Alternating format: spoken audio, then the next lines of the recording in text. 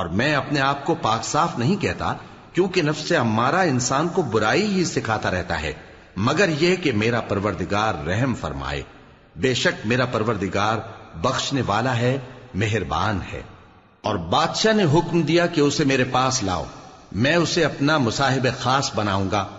پھر جب ان سے گفتگو کی تو کہا کہ آج سے تم ہمارے ہاں صاحب منزلت ہو اور صاحب اعتبار ہو۔ یوسف نے کہا مجھے زرعی پیداوار پر مقرر کر دیجئے، کیونکہ میں حفاظت بھی کر سکتا ہوں اور اس کام سے واقف بھی ہوں۔ اس طرح ہم نے یوسف کو ملک مصر میں جگہ دی اور وہ اس ملک میں جہاں چاہتے تھے رہتے تھے۔ ہم اپنی رحمت جس پر چاہتے ہیں کرتے ہیں اور نیکوکاروں کے اجر کو ضائع نہیں کرتے، اور جو لوگ ایمان لائے اور ڈرتے رہے ان کے لیے آخرت کا اجر بہت بہتر ہے۔ اور یوسف کے بھائی کنعان سے مصر میں غلہ خریدنے کے لیے آئے تو یوسف کے پاس گئے، تو یوسف نے ان کو پہچان لیا اور وہ ان کو نہ پہچان سکے۔ اور جب یوسف نے ان کے لیے ان کا سامان تیار کر دیا تو کہا کہ پھر آنا تو جو باپ کی طرف سے تمہارا ایک اور بھائی ہے اسے بھی میرے پاس لیتے آنا۔ کیا تم نہیں دیکھتے کہ میں ناب بھی پوری پوری دیتا ہوں اور مہمانداری بھی خوب کرتا ہوں؟ اب اگر تم اسے میرے پاس نہ لاؤ گے تو نہ تمہیں میرے ہاں سے غلہ ملے گا اور نہ تم میرے پاس ہی آ سکو گے۔ انہوں نے کہا کہ ہم اس کے بارے میں اس کے والد کو پھسلائیں گے اور ہم یہ کام کر کے رہیں گے۔ اور یوسف نے اپنے خدام سے کہا کہ ان کا سرمایہ یعنی غلے کی قیمت ان کے سامان میں رکھ دو۔ عجب نہیں کہ جب یہ اپنے اہل و عیال میں جائیں تو اسے پہچان لیں، اور عجب نہیں کہ یہ پھر یہاں آئے۔ بس جب وہ اپنے والد کے پاس واپس گئے تو کہنے لگے کہ ابا ہمارے لیے غلے کی بندش کر دی گئی ہے، تو ہمارے ساتھ ہمارے بھائی کو بھیج دیجئے تاکہ ہم پھر غلہ لائیں اور ہم اس کے نگہبان ہیں۔ یعقوب نے کہا کہ میں اس کے بارے میں تمہارا اعتبار نہیں کرتا، مگر ویسا ہی جیسا پہلے اس کے بھائی کے بارے میں کیا تھا، سو اللہ ہی بہتر نگہبان ہے اور وہ سب سے زیادہ رحم کرنے والا ہے۔ اور جب انہوں نے اپنا اسباب کھولا تو دیکھا کہ ان کا سرمایہ واپس کر دیا گیا ہے۔ کہنے لگے ابا ہمیں اور کیا چاہیے؟ دیکھیے یہ ہماری پونجی بھی ہمیں واپس کر دی گئی ہے، اور ہم اپنے اہل و عیال کے لیے پھر غلہ لائیں گے اور اپنے بھائی کی نگہبانی کریں گے، اور ایک بار شتر زیادہ لائیں گے کہ یہ غلہ جو ہم لائے ہیں تھوڑا ہے۔ یعقوب نے کہا کہ جب تک تم اللہ کا عہد نہ دو کہ اس کو میرے پاس صحیح و سالم لے آؤ گے، میں اسے ہرگز تمہارے ساتھ نہیں بھیجنے کا، مگر یہ کہ تم گھیر لیے جاؤ یعنی بے بس ہو جاؤ تو مجبوری ہے۔ پس جب انہوں نے والد کو اپنا قول دیا تو یعقوب نے کہا کہ جو قول و قرار ہم کر رہے ہیں اس کا اللہ ضامن ہے، اور فرمایا کہ اے میرے بیٹو ایک ہی دروازے سے داخل نہ ہونا بلکہ جدا جدا دروازوں سے داخل ہونا، اور میں اللہ کی تقدیر کو تو تم سے روک نہیں سکتا۔ بے شک حکم اللہ ہی کا ہے، میں اسی پر بھروسہ رکھتا ہوں، اور اہل توکل کو اسی پر بھروسہ رکھنا چاہیے۔ اور جب وہ ان مقامات سے داخل ہوئے جہاں جہاں سے داخل ہونے کے لیے ان کے والد نے ان سے کہا تھا، تو وہ تدبیر اللہ کے حکم کو ذرا بھی ٹال نہیں سکتی تھی۔ ہاں وہ یعقوب کے دل کی خواہش تھی جو انہوں نے پوری کی تھی، اور بے شک وہ صاحب علم تھے، کیونکہ ہم نے ان کو علم سکھایا تھا، لیکن اکثر لوگ نہیں جانتے۔ اور جب وہ لوگ یوسف کے پاس پہنچے تو یوسف نے اپنے حقیقی بھائی کو اپنے پاس جگہ دی اور کہا کہ میں تمہارا بھائی ہوں، تو جو سلوک یہ ہمارے ساتھ کرتے رہے ہیں اس پر افسوس نہ کرنا۔ پھر جب ان کا اسباب تیار کر دیا تو اپنے بھائی کے تھیلے میں آپ خورا رکھ دیا۔ پھر جب وہ آبادی سے باہر نکل گئے تو ایک پکارنے والے نے آواز دی کہ قافلے والو تم تو چور ہو۔ وہ ان کی طرف متوجہ ہو کر کہنے لگے کہ تمہاری کیا چیز کھوئی گئی ہے؟ وہ بولے کہ بادشاہ کا کٹورا کھویا گیا ہے، اور جو شخص اس کو لے کے آئے اس کے لیے ایک بار شتر انعام، اور میں اس کا ضامن ہوں۔ وہ کہنے لگے کہ اللہ کی قسم تم کو معلوم ہے کہ ہم اس ملک میں اس لیے نہیں آئے کہ خرابی کریں اور نہ ہم چوری کیا کرتے ہیں۔ وہ بولے کہ اگر تم جھوٹے نکلے یعنی چوری ثابت ہوئی تو اس کی سزا کیا؟ انہوں نے کہا کہ اس کی سزا یہ کہ جس کے تھیلے میں وہ دستیاب ہو وہی اس کا بدل قرار دیا جائے، ہم ظالموں کو یہی سزا دیا کرتی ہیں۔ پھر یوسف نے اپنے بھائی کے تھیلے سے پہلے ان کے تھیلوں کو دیکھنا شروع کیا، پھر اپنے بھائی کے تھیلے میں سے اس کو نکال لیا۔ اس طرح ہم نے یوسف کے لیے تدبیر کی، ورنہ بادشاہ کے قانون کے مطابق وہ اپنے بھائی کو لے نہیں سکتے تھے مگر یہ کہ اللہ چاہے، ہم جس کے چاہتے ہیں درجے بلند کرتے ہیں، اور ہر علم والے سے بڑھ کر ایک بڑا علم والا ہے۔ برادران یوسف نے کہا کہ اگر اس نے چوری کی ہو تو کچھ عجب نہیں کہ اس کے ایک بھائی نے بھی پہلے چوری کی تھی، مگر یوسف نے اس بات کو اپنے دل میں مخفی رکھا اور ان پر ظاہر نہ ہونے دیا، یعنی زیر لب کہا کہ تم بڑے برے ہو اور جو تم بیان کرتے ہو اللہ اسے خوب جانتا ہے۔ وہ کہنے لگے کہ اے عزیز، اس کے والد بہت بوڑھے ہیں اور اس سے بہت محبت رکھتے ہیں، تو اس کو چھوڑ دیجئے اور اس کی جگہ ہم میں سے کسی کو رکھ لیجئے، ہم دیکھتے ہیں کہ آپ احسان کرنے والے ہیں۔ یوسف نے کہا کہ اللہ پناہ میں رکھے کہ جس شخص کے پاس ہم نے اپنی چیز پائی ہے اس کے سوا کسی اور کو پکڑ لیں، ایسا کریں تو ہم بڑے بے انصاف ہیں۔ آخر جب وہ اس سے نا امید ہو گئے تو الگ ہو کر صلاح کرنے لگے۔ سب سے بڑے نے کہا، کیا تم نہیں جانتے کہ تمہارے والد نے تم سے اللہ کا عہد لیا ہے اور اس سے پہلے بھی تم یوسف کے بارے میں قصور کر چکے ہو؟ تو جب تک والد صاحب مجھے اجازت نہ دیں میں تو اس جگہ سے ہلنے کا نہیں، یا اللہ میرے لیے کوئی فیصلہ کرے، اور وہ سب سے بہتر فیصلہ کرنے والا ہے۔ تم سب والد صاحب کے پاس واپس جاؤ اور کہو کہ ابا، آپ کے صاحبزادے نے وہاں جا کر چوری کی، اور ہم نے تو اپنی دانست کے مطابق آپ سے اس کے لے آنے کا عہد کیا تھا، مگر ہم غیب کی باتوں کے جاننے اور یاد رکھنے والے تو نہیں تھے، اور جس بستی میں ہم ٹھہرے تھے وہاں سے، یعنی اہل مصر سے، اور جس قافلے میں آئے ہیں اس سے دریافت کر لیجئے، اور ہم اس بیان میں بالکل سچے ہیں۔ جب انہوں نے یہ بات یعقوب سے آ کر کہی تو انہوں نے کہا کہ حقیقت یوں نہیں ہے، بلکہ یہ بات تم نے اپنے دل سے بنا لی ہے، تو صبر ہی بہتر ہے۔ عجب نہیں کہ اللہ ان سب کو میرے پاس لے آئے، بے شک وہ علم والا ہے، حکمت والا ہے۔ اور ان کے پاس سے چلے گئے اور کہنے لگے کہ ہائے افسوس یوسف پر، ہائے افسوس، اور رنج و الم میں ان کی آنکھیں سفید ہو گئیں اور ان کا دل غم سے بھر رہا تھا۔ بیٹے کہنے لگے کہ واللہ آپ تو یوسف کو اسی طرح یاد ہی کرتے رہیں گے یہاں تک کہ آپ گھل جائیں گے یا جان ہی دے دیں گے۔ انہوں نے کہا کہ میں تو اپنے غم و اندوہ کا اظہار اللہ سے کرتا ہوں، اور اللہ کی طرف سے وہ باتیں جانتا ہوں جو تم نہیں جانتے۔ اے بیٹو، یوں کرو کہ ایک دفعہ پھر جاؤ اور یوسف اور اس کے بھائی کو تلاش کرو، اور اللہ کی رحمت سے نا امید نہ ہونا کہ اللہ کی رحمت سے تو کافر لوگ ہی نا امید ہوا کرتے ہیں۔ پھر جب وہ یوسف کے پاس گئے تو کہنے لگے کہ اے عزیز، ہمیں اور ہمارے اہل و عیال کو بڑی تکلیف ہو رہی ہے، اور ہم یہ تھوڑا سا سرمایہ لائے ہیں، آپ ہمیں اس کے عوض پورا غلہ دے دیجئے اور ہم پر خیرات کیجئے کہ اللہ خیرات کرنے والوں کو ثواب دیتا ہے۔ یوسف نے کہا، تمہیں معلوم ہے کہ جب تم نادانی میں پھنسے ہوئے تھے تو تم نے یوسف اور اس کے بھائی کے ساتھ کیا کیا تھا؟ وہ بولے، کیا واقعی تم ہی یوسف ہو؟ انہوں نے کہا، ہاں میں یوسف ہوں، اور بن یامین کی طرف اشارہ کر کے کہنے لگے، یہ میرا بھائی ہے، اللہ نے ہم پر بڑا احسان کیا ہے۔ جو شخص اللہ سے ڈرتا اور صبر کرتا ہے تو اللہ نیکوکاروں کا اجر ضائع نہیں کرتا۔ وہ بولے، اللہ کی قسم، اللہ نے تم کو ہم پر فضیلت بخشی ہے اور بے شک ہم خطاکار تھے۔ یوسف نے کہا کہ آج کے دن تم پر کوئی ملامت نہیں، اللہ تم کو معاف کرے، اور وہ سب سے بڑھ کر رحم کرنے والا ہے۔ یہ میرا کرتا لے جاؤ، پھر اسے والد صاحب کے منہ پر ڈال دینا تو وہ بینا ہو جائیں گے، اور اپنے تمام اہل و عیال کو میرے پاس لے آؤ۔ اور جب قافلہ مصر سے روانہ ہوا تو ان کے والد کہنے لگے کہ اگر مجھ کو یہ نہ کہو کہ بوڑھا بہک گیا ہے تو مجھے تو یوسف کی بو آ رہی ہے۔ وہ بولے کہ واللہ آپ اسی قدیم غلطی میں مبتلا ہیں۔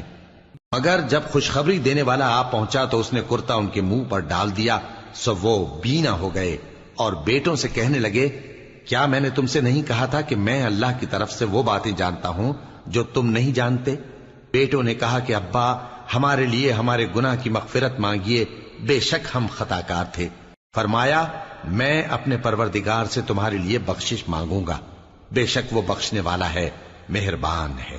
پھر جب یہ سب لوگ یوسف کے پاس پہنچے تو انہوں نے اپنے والدین کو اپنے پاس جگہ دی اور کہا، مصر میں داخل ہو جائیے، اللہ نے چاہا تو امن و امان سے رہیے گا۔ اور اپنے والدین کو تخت پر بٹھایا اور سب ان کے آگے سجدے میں گر پڑے۔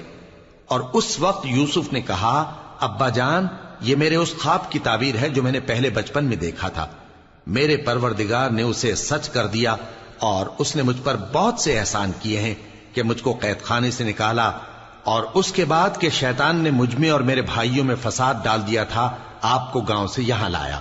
بے شک میرا پروردگار جو چاہتا ہے تدبیر سے کرتا ہے، وہ علم والا ہے، حکمت والا ہے۔ جب یہ سب باتیں ہو لیں تو یوسف نے اللہ سے دعا کی کہ اے میرے پروردگار، تو نے مجھ کو حکومت سے نوازا اور خوابوں کی تعبیر کا علم بخشا۔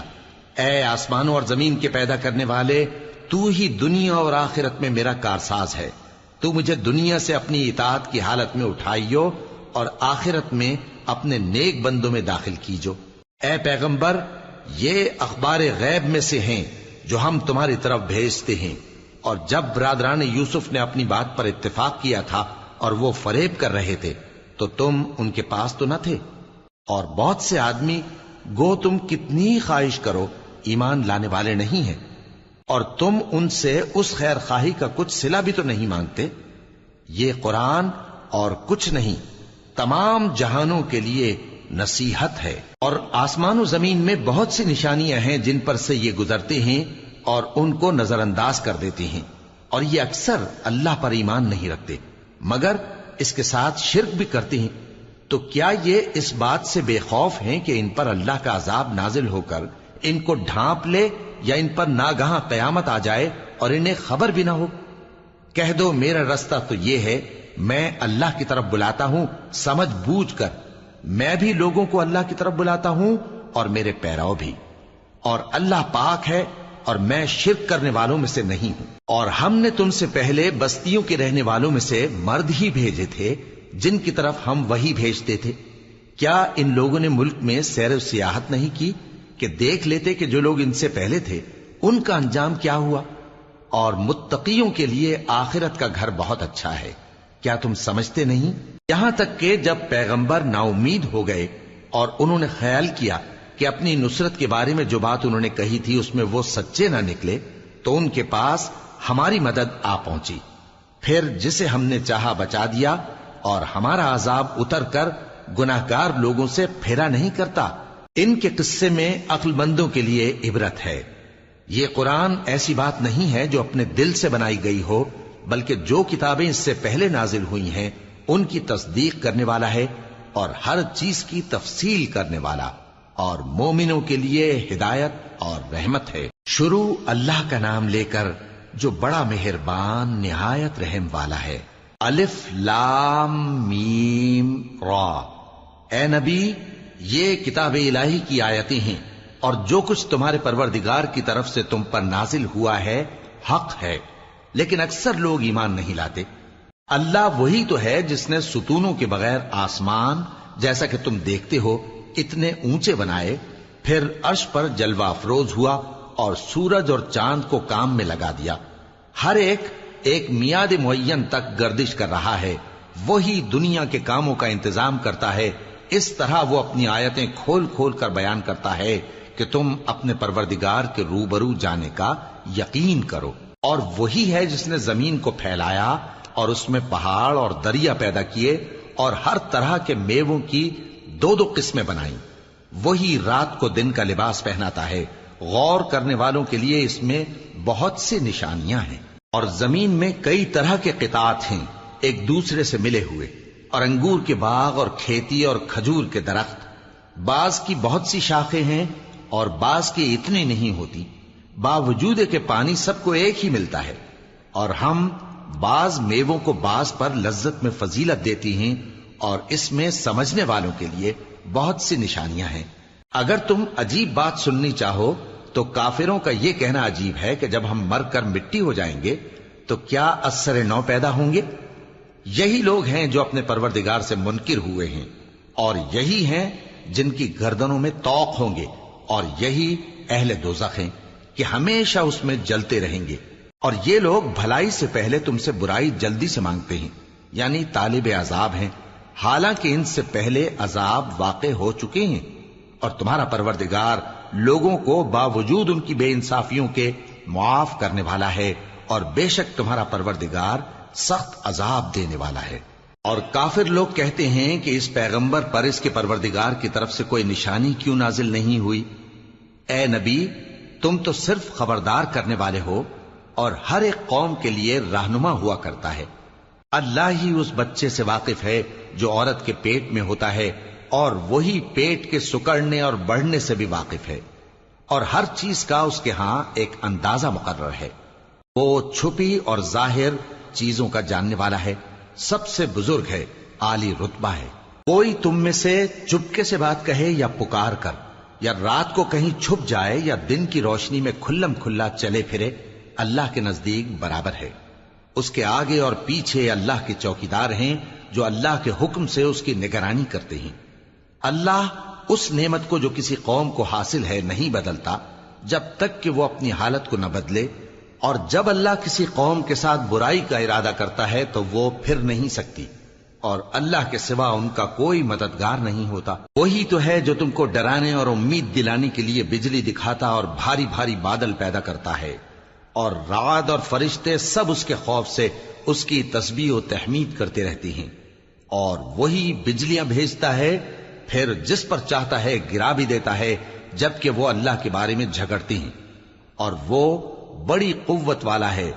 کام کا پکارنا تو اسی کا ہے، اور جن کو یہ لوگ اس کے سوا پکارتے ہیں وہ ان کی پکار کو کسی طرح قبول نہیں کرتے، مگر اس شخص کی طرح جو اپنے دونوں ہاتھ پانی کی طرف پھیلا دے تاکہ دور ہی سے اس کے منہ تک آ پہنچے، حالانکہ وہ اس تک کبھی بھی نہیں آ سکتا۔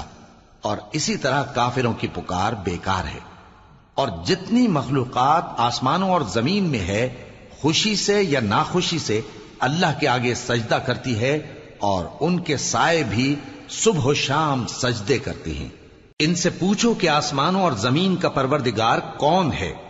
تم ہی کہہ دو کہ اللہ۔ ان سے کہو کہ کیا تم نے اللہ کو چھوڑ کر ایسے لوگوں کو کارساز بنایا ہے جو خود اپنے نفع و نقصان کا بھی اختیار نہیں رکھتے؟ کہو کیا اندھا اور آنکھوں والا برابر ہیں، یا اندھیرا اور اجالا برابر ہو سکتا ہے؟ بھلا ان لوگوں نے جن کو اللہ کا شریک مقرر کیا ہے، کیا انہوں نے اللہ کسی مخلوقات پیدا کی ہے جس کے سبب ان کے لیے مخلوقات مشتبہ ہو گئی ہے؟ کہہ دو کہ اللہ ہی ہر چیز کا پیدا کرنے والا ہے، اور وہ یکتا ہے، بڑا زبردست ہے۔ اسی نے آسمان سے مے برسایا، پھر اس سے اپنے اپنے اندازے کے مطابق نالے بہ نکلے، پھر پانی پر پھولا ہوا جھاگ آ گیا۔ اور جس چیز کو زیور یا کوئی اور سامان بنانے کے لیے آگ میں تپاتے ہیں اس میں بھی ایسا ہی جھاگ ہوتا ہے۔ اس طرح اللہ حق و باطل کی مثال بیان فرماتا ہے۔ سو جھاگ تو سوکھ کر زائل ہو جاتا ہے، اور پانی جو لوگوں کو فائدہ پہنچاتا ہے وہ زمین میں ٹھہرا رہتا ہے۔ اس طرح اللہ صحیح اور غلط کی مثالیں بیان فرماتا ہے تاکہ تم سمجھو۔ جن لوگوں نے اللہ کے حکم کو قبول کیا ان کی حالت بہت بہتر ہوگی، اور جنہوں نے اس کو قبول نہ کیا، اگر روئے زمین کے سب خزانے ان کے اختیار میں ہوں تو وہ سب کے سب اور ان کے ساتھ اتنے ہی اور نجات کے بدلے میں صرف کر ڈالیں، مگر نجات کہاں؟ ایسے لوگوں کا حساب بھی برا ہوگا، اور ان کا ٹھکانہ بھی دوزخ ہے، اور وہ بری جگہ ہے۔ بھلا جو شخص یہ جانتا ہے کہ جو کچھ تمہارے پروردگار کی طرف سے تم پر نازل ہوا ہے حق ہے، وہ اس شخص کی طرح ہے جو اندھا ہے، اور سمجھتے تو وہی ہیں جو عقل مند ہیں، جو اللہ کے عہد کو پورا کرتے ہیں اور قول و قرار کو نہیں توڑتے، اور جن رشتوں کے جوڑے رکھنے کا اللہ نے حکم دیا ان کو جوڑے رکھتے، اور اپنے پروردگار سے ڈرتے رہتے اور برے حساب سے خوف رکھتے ہیں، اور جو اپنے پروردگار کی خوشنودی حاصل کرنے کے لیے مصائب پر صبر کرتے ہیں اور نماز پڑھتے ہیں، اور جو مال ہم نے ان کو دیا ہے اس میں سے پوشیدہ اور ظاہر خرچ کرتے ہیں، اور نیکی سے برائی کو دور کرتے ہیں، یہی لوگ ہیں جن کے لیے عاقبت کا گھر ہے، یعنی ہمیشہ رہنے کے باغات جن میں وہ داخل ہوں گے، اور ان کے باپ دادوں اور بیویوں اور اولاد میں سے جو نیکوکار ہوں گے وہ بھی بہشت میں جائیں گے، اور فرشتے بہشت کے ہر ایک دروازے سے ان کے پاس آئیں گے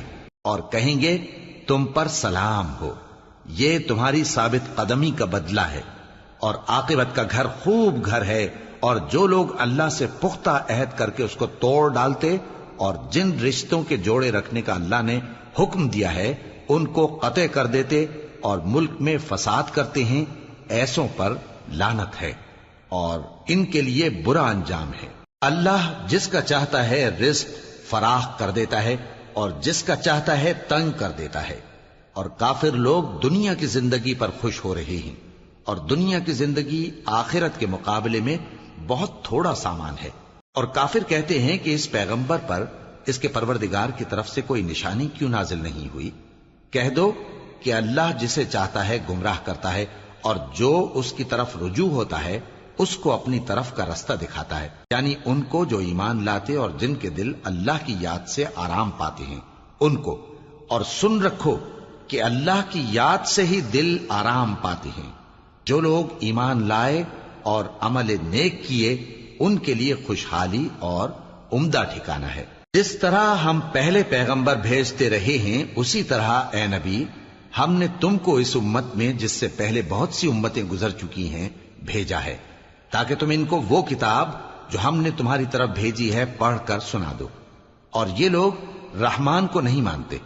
کہہ دو وہی تو میرا پروردگار ہے، اس کے سوا کوئی معبود نہیں، میں اسی پر بھروسہ رکھتا ہوں اور اسی کی طرف رجوع کرتا ہوں۔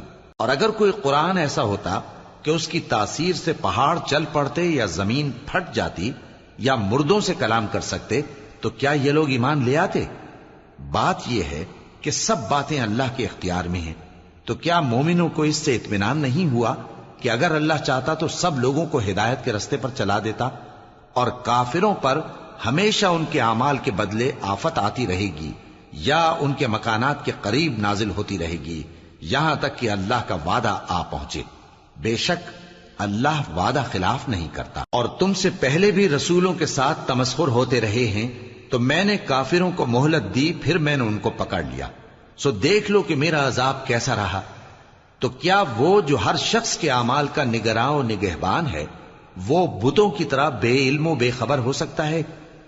اور ان لوگوں نے اللہ کے شریک مقرر کر رکھے ہیں۔ ان سے کہو کہ ذرا ان کے نام تو لو۔ کیا تم اسے ایسی چیزیں بتاتے ہو جو روئے زمین پر ہیں اور اسے معلوم نہیں، یا تم لوگ محض سطحی بات کی تقلید کرتے ہو؟ اصل یہ ہے کہ کافروں کو ان کے فریب خوبصورت معلوم ہوتے ہیں اور وہ ہدایت کے رستے سے روک لیے گئے ہیں، اور جسے اللہ گمراہ رہنے دے اسے کوئی ہدایت کرنے والا نہیں۔ ان کو دنیا کی زندگی میں بھی عذاب ہے اور آخرت کا عذاب تو بہت ہی سخت ہے، اور ان کو اللہ کے عذاب سے کوئی بھی بچانے والا نہیں۔ جس جنت کا پرہیزگاروں سے وعدہ کیا گیا ہے اس کی شان یہ ہے کہ اس کے نیچے نہریں بہ رہی ہیں، اس کے پھل ہمیشہ باقی رہنے والے ہیں اور اس کے سائے بھی۔ یہ ان لوگوں کا انجام ہے جو متقی ہیں، اور کافروں کا انجام دوزخ ہے۔ اور جن لوگوں کو ہم نے کتاب دی ہے وہ اس کتاب سے جو تم پر نازل ہوئی ہے خوش ہوتی ہیں، اور بعض فرقے اس کی بعض باتیں نہیں بھی مانتے۔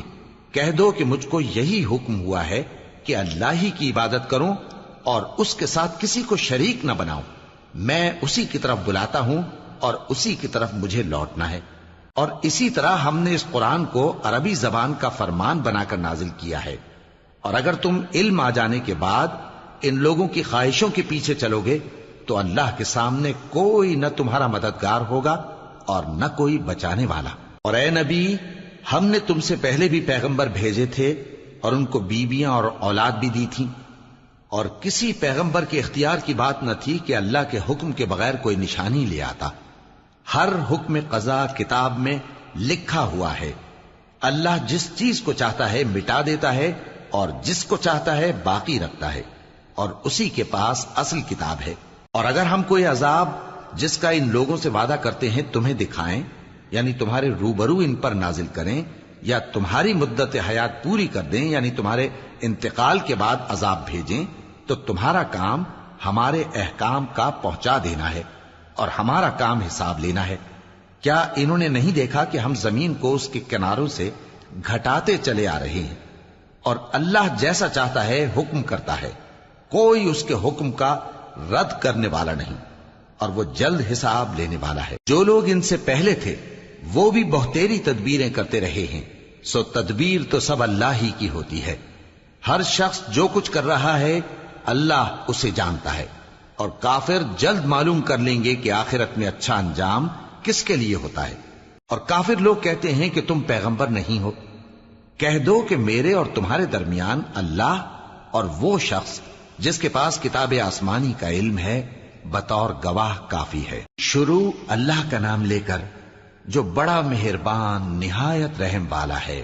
الف لام را، یہ ایک پر نور کتاب ہے، اس کو ہم نے تم پر اس لیے نازل کیا ہے کہ تم لوگوں کو اندھیروں سے نکال کر روشنی کی طرف لے جاؤ، یعنی ان کے پروردگار کے حکم سے عزت والے خوبیوں والے مالک کے راستے کی طرف، یعنی اس اللہ کے راستے کی طرف کہ جو کچھ آسمانوں اور زمین میں ہے سب اسی کا ہے، اور ان کافروں کے لیے عذاب شدید کی وجہ سے تباہی اور بربادی مقدر ہے، جو آخرت کے مقابلے میں دنیاوی زندگی کو پسند کرتے اور لوگوں کو اللہ کے راستے سے روکتے اور اس میں کجی چاہتے ہیں۔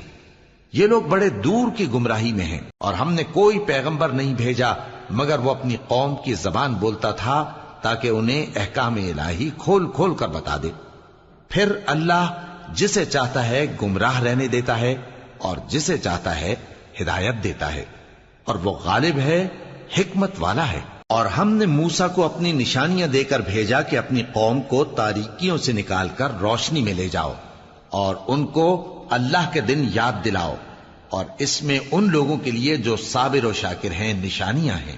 اور جب موسیٰ نے اپنی قوم سے کہا کہ اللہ نے جو تم پر مہربانیاں کی ہیں ان کو یاد کرو، جبکہ اس نے تم کو فرعون کی قوم سے رہائی بخشی، وہ لوگ تمہیں برے برے عذاب دیتے تھے اور تمہارے بیٹوں کو مار ڈالتے تھے اور تمہاری لڑکیوں کو زندہ رہنے دیتے تھے، اور اس میں تمہارے پروردگار کی طرف سے بڑی آزمائش تھی۔ اور جب تمہارے پروردگار نے تم کو آگاہ کیا کہ اگر شکر کرو گے تو میں تمہیں زیادہ دوں گا، اور اگر ناشکری کرو گے تو یاد رکھو کہ میرا عذاب بھی سخت ہے۔ اور موسیٰ نے صاف صاف کہہ دیا کہ اگر تم اور جتنے اور لوگ زمین میں ہیں سب کے سب ناشکری کرو تو بھی اللہ بے نیاز ہے، قابل تعریف ہے۔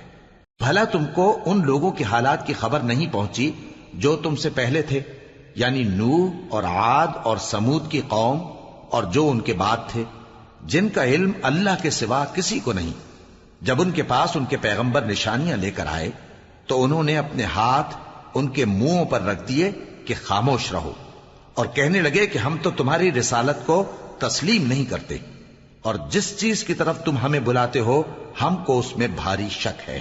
ان کے پیغمبروں نے کہا، کیا تم کو اللہ کے بارے میں شک ہے جو آسمانوں اور زمین کا پیدا کرنے والا ہے؟ وہ تمہیں اس لیے بلاتا ہے کہ تمہارے گناہ بخشے اور ایک مدت مقرر تک تم کو مہلت دے۔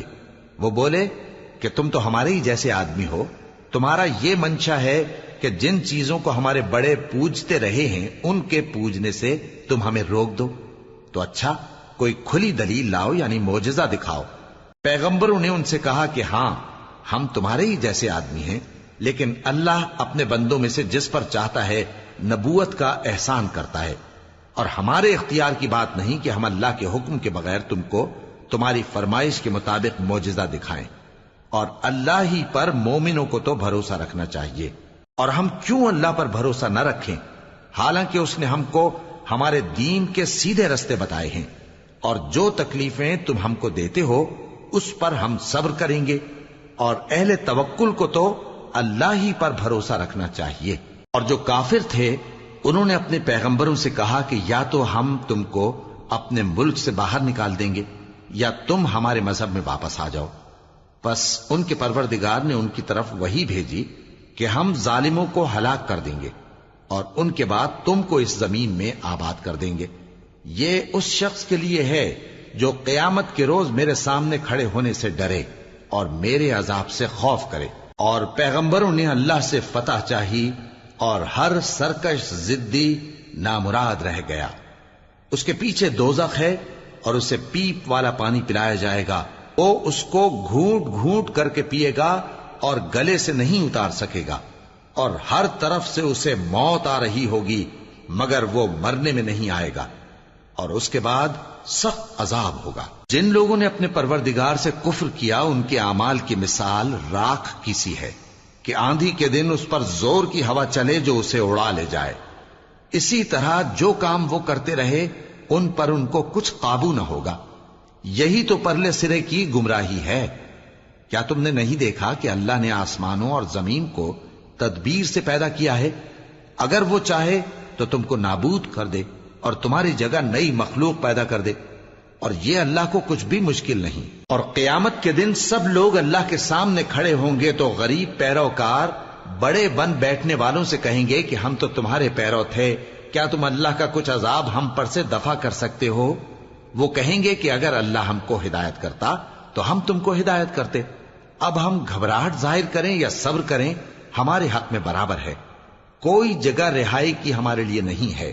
اور جب حساب کتاب کا کام فیصل ہو چکے گا تو شیطان کہے گا جو وعدہ اللہ نے تم سے کیا تھا وہ تو سچا تھا، اور جو وعدہ میں نے تم سے کیا تھا وہ جھوٹا تھا، اور میرا تم پر کسی طرح کا زور نہیں تھا۔ ہاں، میں نے تم کو گمراہی اور باطل کی طرف بلایا تو تم نے جلدی سے اور بے دلیل میرا کہنا مان لیا۔ تو آج مجھے ملامت نہ کرو، اپنے آپ ہی کو ملامت کرو۔ نہ میں تمہاری فریاد رسی کر سکتا ہوں اور نہ تم میری فریاد رسی کر سکتے ہو۔ میں اس بات سے انکار کرتا ہوں کہ تم پہلے مجھے شریک بناتے تھے۔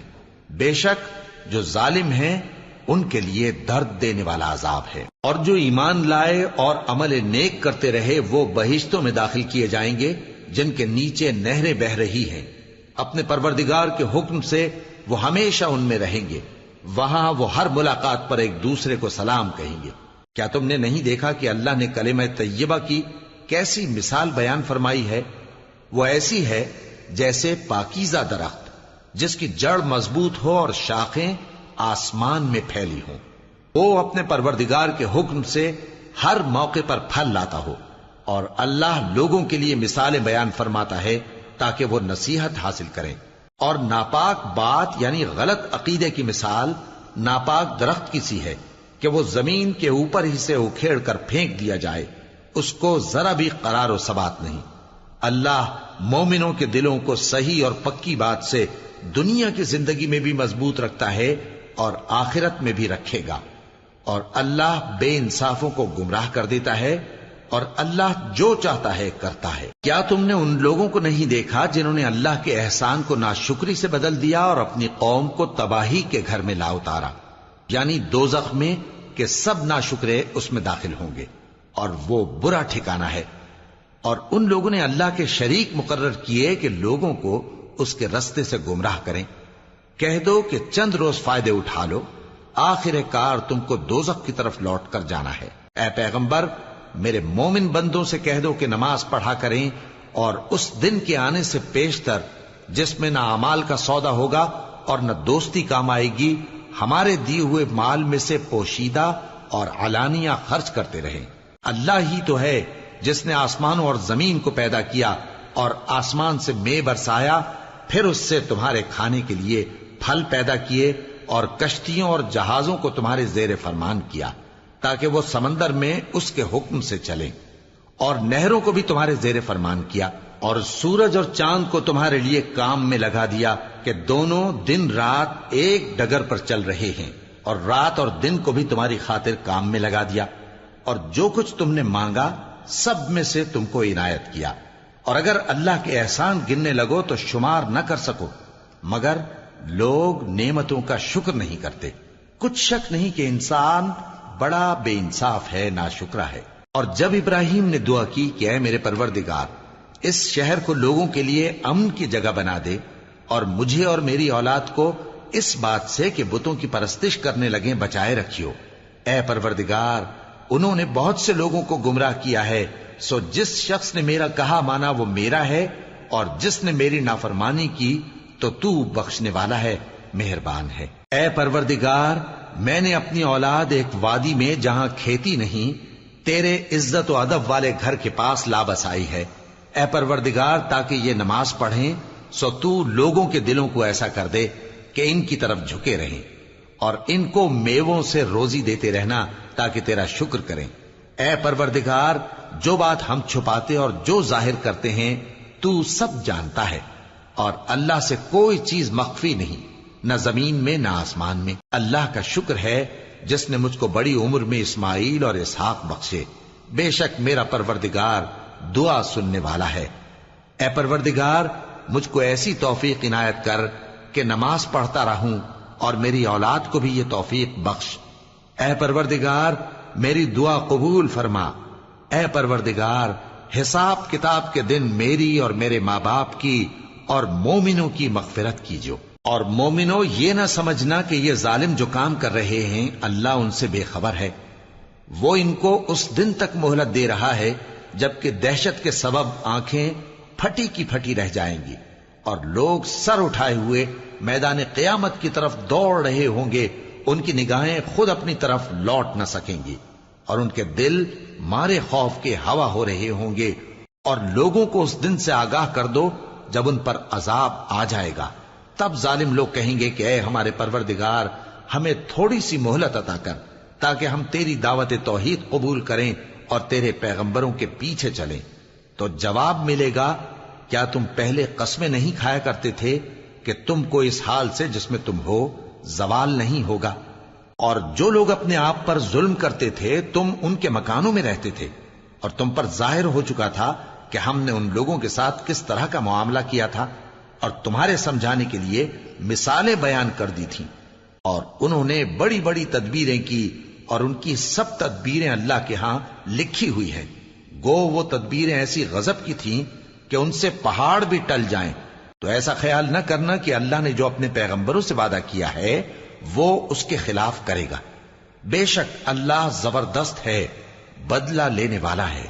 جس دن یہ زمین دوسری ہی زمین بنا دی جائے گی اور آسمان بھی بدل دیے جائیں گے اور سب لوگ اللہ کے سامنے نکل کھڑے ہوں گے، جو یکتا ہے بڑا زبردست ہے۔ اور اس دن تم گناہگاروں کو دیکھو گے کہ زنجیروں میں جکڑے ہوئے ہیں، ان کے کرتے تارکول کے ہوں گے اور ان کے چہروں کو آگ لپٹ رہی ہوگی، یہ اس لیے کہ اللہ ہر شخص کو اس کے اعمال کا بدلہ دے۔ بے شک اللہ جلد حساب لینے والا ہے۔ یہ قرآن لوگوں کے نام اللہ کا پیغام ہے تاکہ ان کو اس سے ڈرایا جائے اور تاکہ وہ جان لیں کہ وہی اکیلا معبود ہے، اور تاکہ اہل عقل نصیحت حاصل کریں۔